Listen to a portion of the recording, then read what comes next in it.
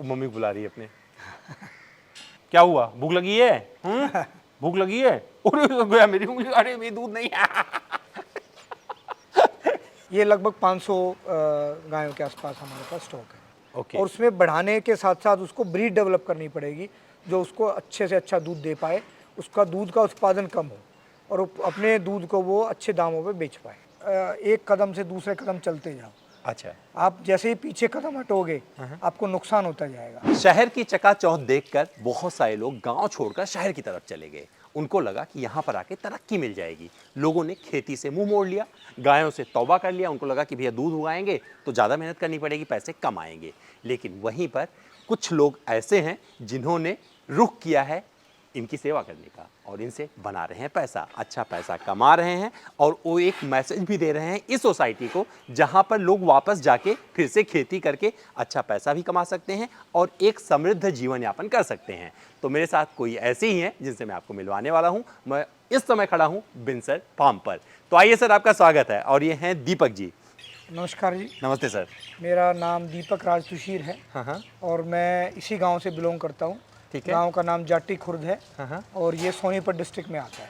Sonipat district में। तो sir, ये आप बता रहे थे कि आप आईटी में थे, इंजीनियर थे सर, करोड़ों का पैकेज वगैरह ले रहे थे आप। बिल्कुल। और अब आप 5 फाउंडर हैं जो इसको आगे बढ़ा रहे हैं। थोड़ा सा अपना जर्नी बताइए। देखिए, हमने एक छोटी सी शुरुआत करी थी जब मैं विप्रो कंपनी में था और मेरे बाकी साथी भी ऐसी कंपनियों में थे। तो हमने सोचा कि कुछ ऐसा काम करा जाए जिससे एम्प्लॉयमेंट भी जनरेट हो और हम एक अच्छा शुद्ध प्रोडक्ट, अच्छा दूध, अच्छा घी, अच्छा दही, अच्छे बाकी प्रोडक्ट हम शहरों में दे पाएँ। तो एक छोटी सी शुरुआत करी, 40 से 50 बच्चियाँ हम लेके आए। अच्छा। नॉर्मली लोग जो है गायों से शुरुआत करते हैं, लेकिन हमें इस फील्ड की कोई नॉलेज नहीं थी। तो हमने जो शुरुआत करी वो बच्चे से शुरुआत करी। लगभग 1 साल की बच्चियाँ थी। तो 1 साल की बच्चियाँ को पाला, बड़ा किया और उसकी ब्रीड डेवलप करी। और वहाँ से हमने समझा कि भाई ये इस सिस्टम को चलाने में क्या क्या मेहनत लगती है। वहाँ से फिर हमने उन गायों को, उन बच्चियों को बड़ा करा और बाकी गायें हम फिर लेके आए।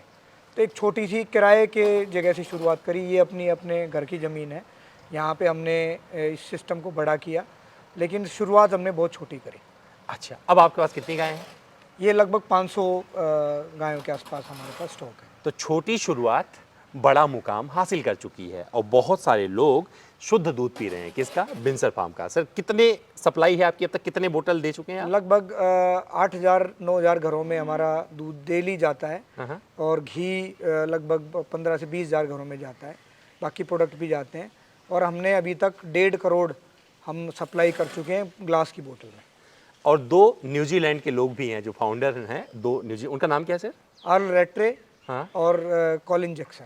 तो बेसिकली देखा जाए तो न्यूजीलैंड में क्या है कि वहाँ पर उत्पादन ज़्यादा है, खपत करने वाले कम। लेकिन इंडिया ऐसा कंट्री है, आप ही बता रहे थे कि उत्पादन भी ज़्यादा है और खपत भी उतनी ज़्यादा है। मतलब यहीं बनाओ, यहीं खपत कर लो और अमीर बन सकते हो। और आपकी क्वालिटी देखिए, अमीर बनने के साथ साथ अमीर तो आप बहुत चीज़ों से बन सकते हैं, लेकिन आप का जो सेटिस्फेक्शन है गायों को पालने का, लोगों को अच्छा दूध देने का या लोगों को अच्छी एम्प्लॉयमेंट देने का, वो सेटिस्फेक्शन जो आता है वो हमें आईटी से तो नहीं आया। अच्छा, लेकिन आईटी से क्या आया है? आईटी से सर ने एक ऐसा मैनेजमेंट सीखा कि इन गायों पर बारीकी नज़र रखते हैं। 500 गायें आपको दिख रही हैं, मतलब दूर दूर तक नज़र आएंगी। कुछ दूध देती हैं, कुछ दूध देंगी, कुछ दूध देने के लायक बनेगी, कुछ अभी बेबी हैं, उनको सर पाल रहे हैं। लेकिन एक प्रोसेस इन्होंने फॉलो किया है, वो सब कुछ आपको दिखाएंगे। और किस तरीके से अपने एक्सपर्टाइज को सही जगह पर यूटिलाइज करके सर ने एक चीज़ साबित कर दिया है कि गाँव में रहना कोई बुरी बात नहीं है, यहाँ पर रह के भी आप पैसा कमा सकते हो और शुद्ध जीवन यापन कर सकते हो। सर, गलत हो? बिल्कुल सही बात है आपकी। तो अब हम पिछले 12 साल से हमने इस जर्नी की शुरुआत करी, छोटी शुरुआत करी और वो धीरे धीरे एक जो है बड़े स्केल में कन्वर्ट हो गई। तो चलिए मैं आपको सर के इस फार्म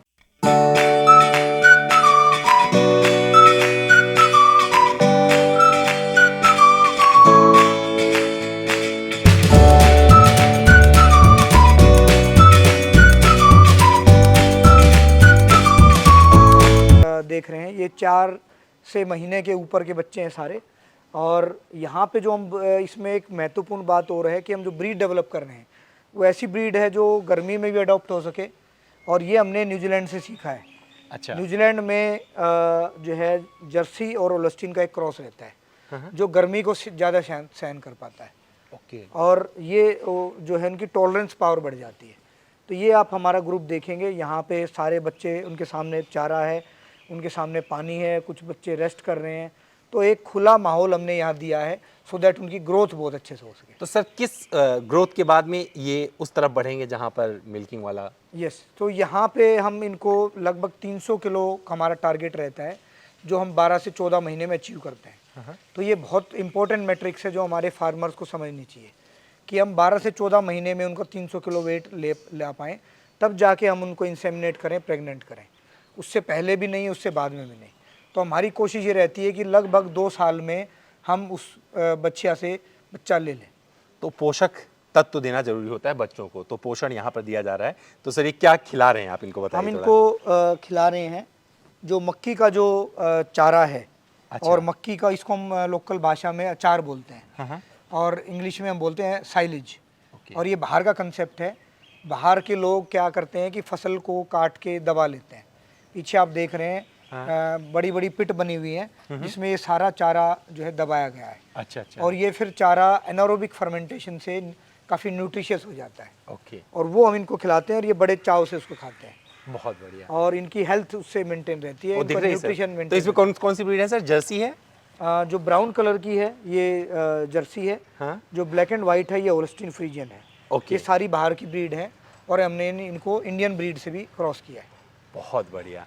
तो क्या है, सर ने इन्हें दिखाया है, अब हम आपको उस सेक्शन की तरफ लेके चलते हैं जो पहली बार गायें प्रेग्नेंट हुई हैं। चलें सर? बिल्कुल।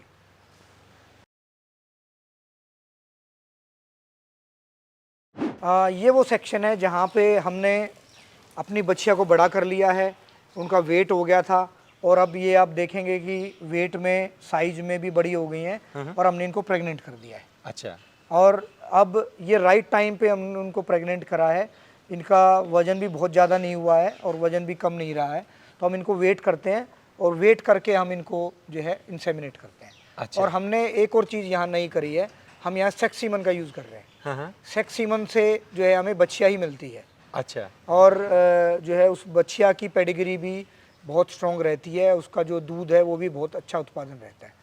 और सर के पास में एक और भी चीज़ है, मतलब कुछ तो हो गया वैज्ञानिक विधि से प्रेगनेंसी, और एक और चीज़ है, उससे भी मिलवाते हैं सर। अपने वो नंदी जी से मिलवा दीजिए। हाँ, नंदी आगे हैं।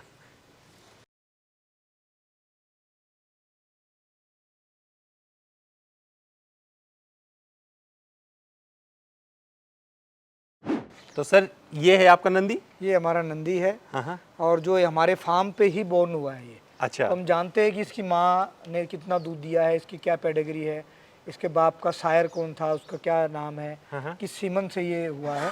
तो सारी जो डिटेल हैं वो हमें पता है और हमें बाहर का नंदी यूज़ नहीं करना चाहिए। ये सारा डिजीज़ फ्री ये बुल है। अच्छा। बाहर का यूज़ करेंगे तो हमें नहीं पता कौन सी डिजीज़ हमारी गाय को लग जाए। तो इसका भी खान पान वही वाला है जो सारी गायें खाती हैं? वही है। हाँ? वही इनके साथ ये रह रहा है। हाँ? और जब भी गाय हीट में आती तो इनसे इंसेमिनेट करता है। मतलब इनका सेंसर काम कर जाता है कुछ? हाँ, इनका नेचुरल सेंसर है। नेचुरल सेंसर है जो काम कर जाता है। तो बेसिकली लाइन में है सर, ये वो गायें हैं जो आप बता रहे थे कि उससे आपकी ऑली सिस्टम से प्रेग्नेंट नहीं हुई है। हाँ, तो इस पर अभी ट्राई कर रहे हैं। हम ट्राई कर रहे हैं। तो इसमें कितना चांसेस रहता है सर प्रेगनेंसी का? इस पे ऑलमोस्ट हमारा 80-90% चांसेस हैं। 80-90%। बट हम 90% हम कोशिश करते हैं कि आर्टिफिशियल इंसेमिनेशन हो। उसके बाद हम कोशिश करते हैं कि हमारे फार्म बोन जो बुल है उससे हम इनको प्रेग्नेंट कराएं, सो दैट एक साइंटिफिक मैनेजमेंट, साइंटिफिक रिकॉर्ड रहे हमारा, हमें पता रहे कि डिजीज़ फ्री हमारा लाइफ स्टॉक है। सर आप एक वर्ड यूज़ करते हैं मिल्किंग काऊ, जो प्रेगनेंसी में भी है, वो कौन सी है? वो वाली ये सेक्शन है। अच्छा। और यहाँ पे ये देख रहे हैं कुछ गायों के यहाँ सेंसर भी लगा है। हाँ। तो इससे हम इनकी एक्टिविटी भी मॉनिटर करते हैं। अच्छा, इससे क्या क्या सर एक्टिविटी आ जाती है? इससे इनका टेम्परेचर आ जाता है। हाँ। इससे इनका ये कब हीट में आई है वो आ जाता है। इससे इनका मिल्किंग रिकॉर्ड है वो भी आ जाता है। तो हम ने अपनी जो आईटी की नॉलेज है वो काफ़ी हद तक यहाँ यूज़ करी है। अच्छा। और हमने देखा है कि जो नॉर्मल फार्मर डेटा नहीं रखता, वो डेटा रखने से बहुत सारे फ़ायदे हैं। अच्छा। आप राइट टाइम पे डिसीजन ले सकते हैं। सर आपने कोई डेटा मुझे दिखा रहे थे वहाँ पे कि किस तरीके से, मतलब जो पर कैपिटा इनकम है गायों के थ्रू, थोड़ा समझाइए। हाँ, तो उसका मानना ये है कि आज हमारा जो नॉर्मल फार्मर है वो 4 से 6 गायें रखता है। हाँ। कोई 2 भी रखता है, कोई 8 भी रखता है, मतलब एक स्मॉल स्केल पे रखता है। लेकिन धीरे धीरे जैसे जैसे हमारी इकोनॉमी बढ़ेगी, वो हमारा प्रेशर उस पर आता जाएगा कि उसको अपनी इनकम कैसे बढ़ाए वो। अगर उसको उतना ही रखता है तो अपने फैमिली को वो जो है अच्छे से पाल पोस नहीं पाएगा। ओके। तो उसको बढ़ाने के लिए उसको अपना हर्ड साइज बढ़ाना पड़ेगा, या तो उसको उससे निकलना पड़ेगा, या उसको जो अपना लोग भाग लाइफ जाते हैं जो शहर लोग इसी भाग में। जाते हैं, हाँ, हाँ। या उसको अपना लाइफ स्टॉक बढ़ाना पड़ेगा। ओके। और उसमें बढ़ाने के साथ साथ उसको ब्रीड डेवलप करनी पड़ेगी जो उसको अच्छे से अच्छा दूध दे पाए, उसका दूध का उत्पादन कम हो और वो अपने दूध को वो अच्छे दामों पे बेच पाए। सर 12 साल में आपने क्या सीखा है? क्या आपको लगता है कि कहीं पीछे मुड़ के जाना पड़ेगा या लगता है कि अभी तरक्की के बहुत सारे रास्ते हैं? नहीं, हमने तो यही सीखा कि आप एक कदम से दूसरे कदम चलते जाओ। अच्छा। आप जैसे ही पीछे कदम हटोगे आपको नुकसान होता जाएगा। तो इसमें सक्सेस का, क्योंकि बहुत सारे फार्म जो है खुले, बंद भी हुए, इसमें आपको एक साल दर साल करके आपको आगे निकलना है, अपनी ब्रीड को डेवलप करना है। जैसे हमारे बच्चे थे वहाँ पे, उन बच्चों को अच्छे से वेट ग्रोथ करनी है, उन बच्चों को राइट टाइम पे प्रेग्नेंट करना है। मतलब हर स्टेज पे आपको नज़र रखनी पड़ेगी कि कहीं कुछ मिस ना हो जाए, नहीं मिस तो ना वो हो जाए। आपको लॉस करा जाएगी। बिल्कुल, जैसे हमने पिक्चर में भी देखा, फार्म को हम एक लीकी बकेट बोलते हैं, उसमें बहुत सारे छोटे छोटे छेद हैं। अगर उन छेद को हमने टाइम पे बंद नहीं करा तो एक नुकसान का कारण बन सकते हैं। ओके। और इसलिए आपकी फार्म पे पर्सनल अटेंशन होनी ज़रूरी है, आपको साइंटिफिक ढंग से उस काम को करना ज़रूरी है। अच्छा सर, एक सवाल और आ रहा है। बहुत सारे लोग बोलते हैं लेबर नहीं मिलती है, बहुत, अगर आपके पास बंदे नहीं है तो आप कर नहीं पाओगे, तो उन्हें क्या बोलना चाहोगे? मैं तो आपके पास तो देख रहा 60-70 लोग काम कर रहे हैं सर, उनके क्वार्टर वार्टर भी यहाँ बने हुए हैं। सारे सुविधाएं, ये आपने बिल्कुल सही बात पकड़ी। हम कॉरपोरेट से आए हैं और हमें पता है कि स्टाफ वेलफेयर कितना इम्पोर्टेंट है। एक एक चीज़ का अगर हम गायों का ध्यान रख रहे हैं, उससे पहले अगर हम अपने स्टाफ का ध्यान नहीं रखें तो हमारी गायों का ध्यान कैसे रखेंगे? ओके। तो हमने उनका ध्यान रखा है, किचन दी है उनको, प्रॉपर रहने सहने का दिया है, प्रॉपर डॉक्टर की सुविधा दी है, प्रॉपर उनका इंश्योरेंस कराया है, प्रॉपर उनकी सैलरी हमने एक मेंटेन करी है, प्रॉपर एक परफॉर्मेंस मैट्रिक्स हमने तय करा है। जो जितना अच्छा करेगा उतना ही अच्छे उसको सैलरी, कॉर्पोरेट टाइप का कर दिया। कॉर्पोरेट टाइप का हमने कर दिया है। सर लेडीज देख रहा हूँ आसपास की बहुत सारी काम कर रही हैं हाँ, आपके तो यहाँ। आसपास हमने ये भी देखा है कि आसपास के लोगों को भी हम रोजगार दें। तो लेडीज़ को हम प्रेफरेंस देते हैं क्योंकि वो एक बहुत अच्छी अटेंशन के साथ काम करती हैं, और स्पेशली हमारी क्लीनिंग सेक्शन में, बोतल वॉशिंग में, जहाँ प्रोडक्ट बनते हैं वहाँ में हमने जो है लेडीज़ को। अच्छा सर, आपके प्रेजेंटेशन को जब मैं देख रहा था तो एक बहुत अच्छी बात बताता हूँ यहाँ पे। तो सर एक स्कूल में मिड डे मील में आप मिल्क सप्लाई करते हैं, कुछ बच्चों को दूध देते हैं, पिलाते हैं। यहाँ का दूध इस फार्म का उनके पास रोज़ पहुँचता है। तो उन बच्चों से सर पूछते हैं क्या बनोगे, तो कोई डॉक्टर बनेगा बोलता है, कोई इंजीनियर बनेगा, कोई पायलट बनेगा, लेकिन कोई टीचर बनेगा। लेकिन जब फार्मर की बात आती है तो हर कोई खामोश रहता है। और सर उस खामोशी को आप कैसे तोड़ेंगे बताइए? देखिए, हम जो सबसे अच्छा हमारे लिए, ह्यूमन के लिए जो चीज़ होती है, उसको लाइव दिखाना कि कोई चीज़ कैसे चलती है, कोई चीज़ कैसे बड़ी हो सकती है।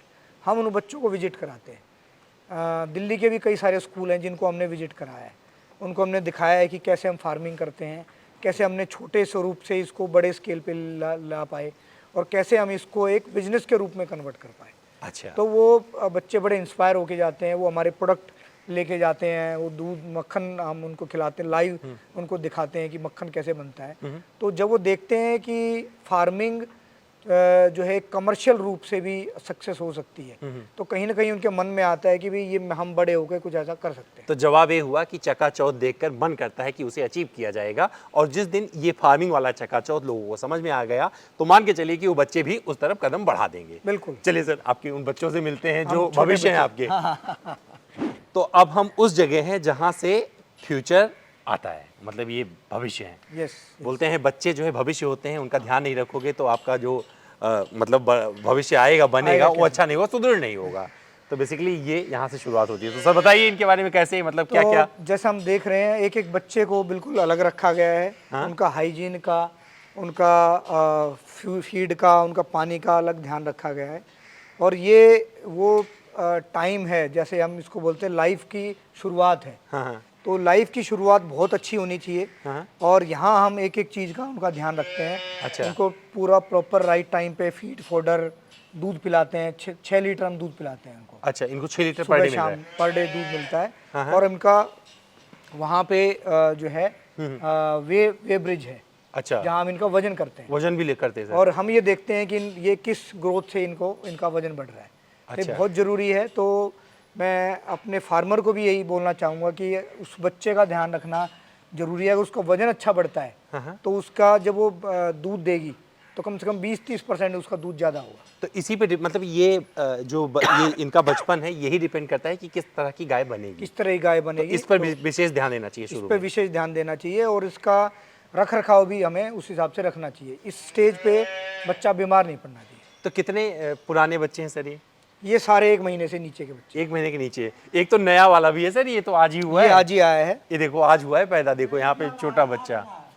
हाँ, और ये मतलब सर इसमें सब में आपने ये लगा रखे हैं सेंसर वाला? सब टैग लगा रखे टैग लगा हैं सो रखे दैट हैं। इनकी माँ का रिकॉर्ड हमें पता हाँ। लग जाए कि इस माँ का बच्चा है। अच्छा, क्या हुआ, भूख लगी है? भूख लगी है? अरे गया मेरी उंगली, अरे मेरी दूध नहीं है। ठीक है सर, बहुत इंटरेस्टिंग जगह है। तो ये कितने हैं सर बच्चे अभी आपके पास, ये जो भी छोटे हैं? ये लगभग हमारे पास 33 बच्चे हैं टोटल। अच्छा, और यहाँ ये अगला सेक्शन हम देखते हैं। हाँ, अंदर चल सकते हैं सर इसमें? हाँ हाँ।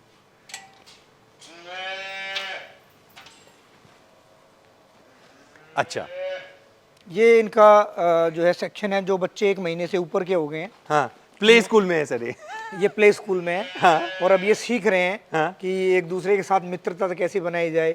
अच्छा, Friendship- बेसिकली मतलब ये म्यूचुअल ये अंडरस्टैंडिंग भी यहाँ बनती है इनकी। सोशल होते हैं यहाँ पे। अच्छा। वहाँ तो अलग अलग रह रहे हैं, हाँ हाँ हाँ, यहाँ ये सोशल हो रहे हैं। ओके। और ये बॉल लगाई गई है इनके लिए, ये बॉल के साथ दूध पी के खेलते हैं। अच्छा, तो इनका एक प्ले एरिया है। हाँ। और हमने एक पूरा माहौल दे रखा है सो दैट इनकी ग्रोथ बहुत अच्छे से डेवलप हो। अच्छा ग्रोथ, तो ये पूरा हो गया। और वहाँ पे कौन से बच्चे हैं सर उस तरफ? ये वो सेम एक ही ही है? एक ही सेक्शन है। एक ही सेक्शन है एक ही पूरा? सेक्शन है। तो इनको ये जगह कब दे तक यहाँ पे रहेंगे सर बच्चे? ये लगभग 4 महीने तक रहेंगे। 4 महीने तक रहेंगे, इसके बाद फिर आप वहाँ उस तरफ शिफ्ट उस करेंगे? तरफ शिफ्ट करेंगे। और 4 महीने तक हम इनको जो है प्रॉपर फीड देते हैं, जिसमें मक्की, जिसमें सरसों, जिसमें सोयाबीन, जिसमें सारे न्यूट्रिएंट रहते हैं। अच्छा, सो दैट इनकी ग्रोथ, हमें इनकी ग्रोथ लेनी है। ओके। यहाँ पे बच्चा जितना तेजी से बढ़ेगा उतना ही वो अच्छा उस टाइम पे दूध देगा। तो क्या है, सर ने दिखाया है इन बच्चों की जिंदगी, और ये प्ले स्कूल भी आपने देखा। अब उस तरफ लेके चलते हैं जहां पर दूध निकलता है। प्रॉफिटेबिलिटी तो वहीं से आती है ना सर? हाँ। तो उनको दिखाइए, उन गायों को सर जो दूध दे रही हैं। बिल्कुल, आइए चलते हैं। तो ये हैं वो गायें जो दूध देती है। तो सर कितनी गायें आपकी दूध दे रही हैं, और अभी- उनका एरिया कहाँ पे है? ये पूरा यही है? अभी हाँ, ये एरिया है, पीछे भी एरिया है। हाँ। हमने दोनों दे रखा है, पक्का एरिया भी दे रखा है, कच्चा एरिया भी दे रखा है। अच्छा। तो जैसे उनको सूट करता है वैसे वो बैठती हैं। हाँ। और ये हमारी हाइल्डर काउज हैं। अच्छा, ये लगभग 25 से 30 लीटर हमारी दूध दे रही है एक गाय? एक गाय। ओके। तो उसमें कुछ ज़्यादा दूध देने वाली भी हैं, लेकिन हमने यहाँ ग्रुपिंग करी हुई है। सर 25 से 30 लीटर बोले तो एक टाइम में या एक दिन में? एक दिन में। अच्छा, हाँ, ठीक है। कुछ गायें हमारी 40 लीटर वाली भी हैं। अच्छा, वो कौन सी है सर, इसमें बता सकते हो आप? पीछे हैं, अच्छा, ये पीछे वाली है। पीछे जो गायें हैं हाँ हाँ, तो वो 40 मतलब ऐसे ही सोचे जिसका वजन ज्यादा है वो 40 वाली जैसे ये। ये गायें हैं। अच्छा, ये इसका हमारी- थन देख के पता चल रहा है मतलब अगर। हाँ, उसका बड़ा अडर मिलेगा आपको। हाँ हाँ हाँ। और उसमें दूध की कैपेसिटी भी आपको, होल्डिंग कैपेसिटी भी ज़्यादा दिखेगी। और ये अच्छा। सारा ब्रीड का ही कमाल है। जितनी अच्छी आप ब्रीड डेवलप करोगे उतना ही ज़्यादा आपको दूध मिलेगा। सर आप एक गुणवत्ता बता रहे थे कोई, कि दूध की गुणवत्ता कैसे होती है, कैसे मापी जाती है, क्या होता है, वो थोड़ा समझाइए मुझे। देखिए, दूध का प्रोडक्शन के साथ साथ हाँ। हमें ये भी देखना है कि उसको कितने हाइजीनिक तरीके से हम वो दूध पैदा करते हैं। हाँ। हम मिल्किंग पार्लर आपको दिखाएंगे, वहाँ एक एक गाय का कंप्यूटराइज्ड दूध निकलता है, किस गाय ने कितना दूध दिया, कितने हाइजीनिक तरीके से, उसका हाथ भी नहीं लगता, सारा काम मशीनों से होता है। हाँ। तो वहाँ पे जो है बैक्टीरिया डेवलपमेंट, अगर हम अपने हाथ गंदे हाथों से, गंदी बाल्टी से या गंदी मशीन से हम उसका दूध निकालते हैं तो उस दूध की गुणवत्ता उतनी अच्छी नहीं रहती। जैसे हम अपने दूध को टेस्ट करते हैं और हमने अपने दूध को पाते हैं कि उसमें 50,000 से नीचे टोटल बैक्टीरियल काउंट है, जो कि इंटरनेशनल स्टैंडर्ड है। ओके। इसी तरह एक एफ्लाटॉक्सिन है, जो हम खराब चारा उनको खिलाते हैं तो वो खराब चारे से हमारे दूध में एफ्लाटॉक्सिन्स आ जाते हैं। ओके। तो उसका स्टैंडर्ड भी 0.5 ppb है। हाँ। तो उसको भी हम हमारा 0.3 है। तो हमारा इंटरनेशनल स्टैंडर्ड क्वालिटी का जो मिल्क है जो हम पैदा करते हैं, और ये सारा हो पाया है न्यूजीलैंड की नॉलेज के कारण। अच्छा। हम न्यूजीलैंड गए, वहाँ पे देखा कि वहाँ पे कैसे मिल्क क्वालिटी को मेंटेन करा जाता है। बहुत छोटे छोटे आसान तरीके हैं जो हमारे फार्मर इसको जो है यूज़ कर सकते हैं। अच्छा, तो ये इसके बाद सर ये आपकी मिल्किंग काऊ हो गई, इस तरफ का कौन सा सेक्शन है ये? वो सेक्शन है जो अगले 1 महीने में 2 महीने में बच्चा देने वाली है। अच्छा। तो हम दूध जो है लेने से पहले 2 महीने इनको ड्राई रखते हैं, अच्छा। सो दैट इनके बच्चे का विकास ड्राई बोले अच्छा तो सर भूसा देते हैं सर? ड्राई बोले तो उनको दूध नहीं निकालते, ड्राई पीरियड होता है वो। अच्छा, ड्राई पीरियड, कुछ मतलब एक्टिविटी नहीं होती? हाँ, दूध कोई वाली। एक्टिविटी नहीं होती, दूध नहीं निकालते, उनका दूध निकालना बंद कर देते हैं। अच्छा। 2 महीने उनको पूरा एक रेस्टिंग टाइम देते हैं बच्चा देने से पहले, अगला ब्याज शुरू होने से पहले, लैक्टेशन शुरू होने से पहले। हाँ। तो जितना उनको रेस्टिंग टाइम मिलेगा उतना उसका बच्चा अच्छे से डेवलप हो पाएगा, ओके। उसकी ग्रोथ अच्छे से हो पाएगी और उसको वो अगले ब्यात में दूध भी अच्छा दे पाएगी। सर ये सब स्वस्थ कैसे रहें तो इसका कैसे ध्यान रखते हैं? स्वस्थ रहने का तो 3-4 तरीके हैं। सबसे पहला है ब्रीड।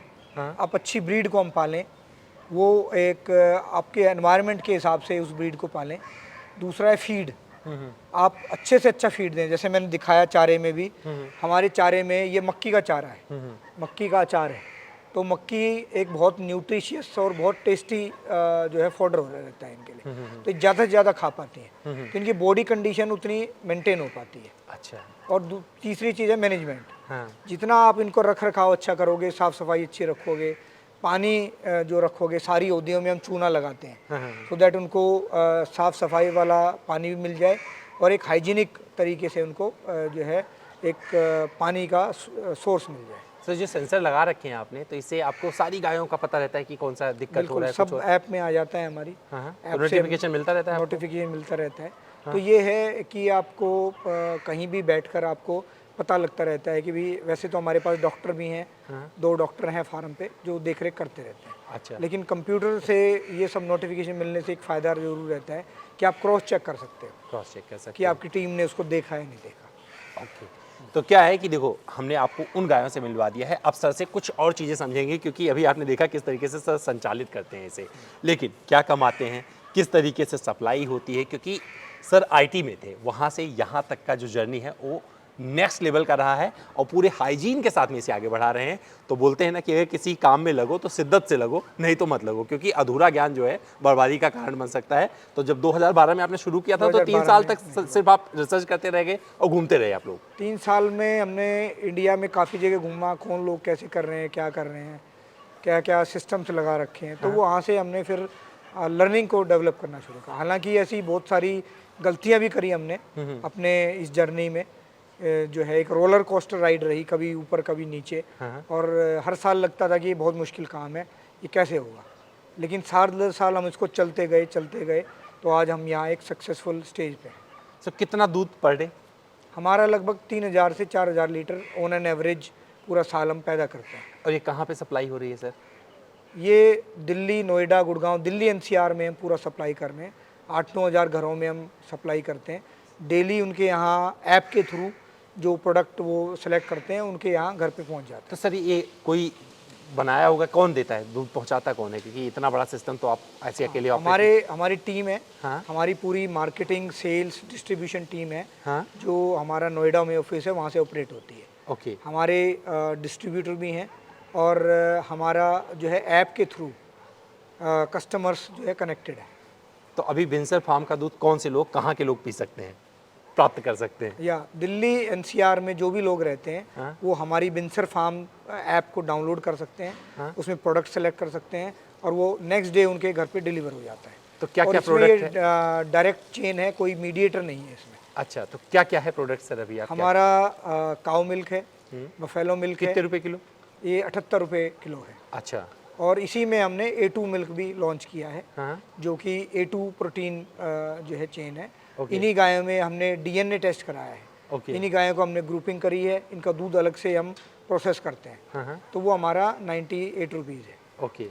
और घी भी बनाते हैं? दही, पनीर, मक्खन, अच्छा ये सब बनाते हैं? ये सब बनाते हैं। जितने भी डेयरी प्रोडक्ट्स हैं हम सब बनाते हैं। सब बनाते हैं यहीं पे। तो क्या करते हैं, एक बार लेके चलते हैं सर को उस जगह पे जहाँ पर ये सब होता है, सर वो भी दिखा दीजिए। तो इन गायों के दर्शन हो गए हैं और ये और हम आपको वो जगह भी दिखाएंगे जहाँ इनका दूध भी निकलता है। ठीक है। हाइजीनिक तरीके से कैसे वो चीज़ मेंटेन रहती है। चलिए सर आइए। पशुपालन में अगर वैज्ञानिक विधि आ जाए तो बहुत सारी चीज़ें आसान हो जाती हैं, और जब इतनी गायें आप रखोगे तो हाथ से दूध निकाला पॉसिबल नहीं है। तो सर यहाँ पे कैसे? तो ये हम इसको बोलते हैं मिल्किंग पार्लर। हाँ मिल्किंग पार्लर क्या है कि यहाँ मशीनों से हम दूध निकालते हैं, ओके और ये यहाँ पे खाली दूध निकालना ही नहीं, एक मोस्ट हाइजीनिक तरीका है दूध की गुणवत्ता को बनाए रखने का। हाँ हाँ हम ये जो क्लस्टर हैं ये उसको गाय को लगाते हैं, हाँ 40 गाय का दूध एक साथ निकलता है यहाँ पे। ओके और ये जब हम उसको लगाते हैं तो उसको हमारा हाथ हवा कुछ भी नहीं लगती, तो एक बहुत हाइजीनिक तरीके से हम उसका दूध निकाल के सीधा टैंक में डाल देते हैं।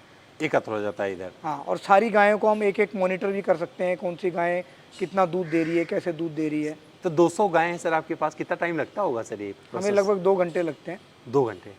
तभी ठीक है सर, मतलब देखा जाए तो बहुत ज़्यादा टाइम नहीं लगा बहुत वैसे ज़्यादा टाइम नहीं है, हमारा काफ़ी टाइम उनको धोने में, उनकी साफ़ सफाई में भी जाता है। तो। अच्छा, तो पहले वो क्या होता है सर, उनको धोते हैं पहले यहाँ लाने पहले से उनको धोते हैं, उनका पूरा अडर क्लीन करते हैं, हाँ। सो दैट कोई भी गंदगी हमारे दूध में न जाए। उसके बाद हमने एक फ़िल्टर भी लगा रखा है लास्ट में, अच्छा, वो सारा दूध फिल्टर के थ्रू फिल्टर होके अंदर जाता है। अंदर जाता है। लेकिन कहाँ से शुरुआत हुई है, तो पीछे जो नाम बिनसर फार्म्स लिखा हुआ नज़र आ रहा है, तो सबसे पहले बिनसर कहाँ से आया सर? बिनसर उत्तराखंड में एक शिव भगवान का टेम्पल है, अच्छा, वहाँ से आशीर्वाद लेके आए हैं। 1000 साल पुराना टेम्पल है, हाँ वो हमारा इंस्पिरेशन प्लेस है।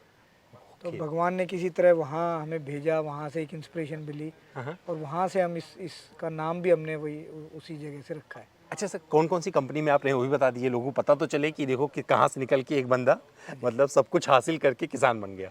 तो विप्रो कंपनी में रहा मैं। हाँ उससे पहले CSIR की एक काफ़ी बड़ी लैब थी, IGIB, institute of genomics and integrated biology, वहाँ मैंने काम किया।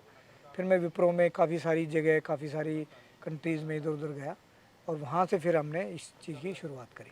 सर, ये शुरुआत तो हो गई, लेकिन आपको भी पता है जहाँ पे आप रह रहे हैं कि न्यूजीलैंड से 3 गुना आबादी तो अपने दिल्ली में है। Yes. तो ये आपके लिए बड़ा मार्केट हो गया है जिन्हें आप सर्व नहीं कर पा रहे हैं, बिल्कुल। क्योंकि आपका प्रोडक्शन उतना नहीं है कि सबको फीड कर सके। देखिए, जैसे जैसे लोगों को पता लग रहा है, वैसे वैसे लोगों की डिमांड बढ़ती जा रही है। तो सर और क्वालिटी मिल्क और मिल्क प्रोडक्ट्स हर आदमी की डिमांड है। तो बिनसर फार्म्स का एक्सपेंशन का कैसा रहेगा सिस्टम, कैसे आप इसे बढ़ा रहे हैं या नहीं बढ़ा पा रहे हैं, तो लोगों को कैसे ऐसे हेल्प कर रहे हैं कि भैया इस तरीके से वो हमने उपजा अपने सके? आसपास कुछ फार्म डेवलप करे हैं। सबसे पहले तो हम अपने फार्म को ही एक्सपेंड कर रहे हैं और गायें यहाँ बढ़ा रहे हैं, और क्योंकि टेक्नोलॉजी सारी लगी हुई है, खाली गायें बढ़ानी है, मैन पावर, वेटनरी डॉक्टर सब है हमारे पास, तो वो एक्सपेंशन कर रहे हैं हम। दूसरा एक्सपेंशन हम फार्मर्स के साथ कर रहे हैं, उनको एजुकेट कर रहे हैं कि अच्छा हाइजीनिक मिल्क प्रोडक्शन कैसे दिया जाए, गायों को न्यूट्रिशन जो है फॉडर कैसे दिया जाए, सो दैट हमारा मिल्क भी न्यूट्रिशियस हो, उसकी क्वालिटी भी और मिल्क से बेटर हो।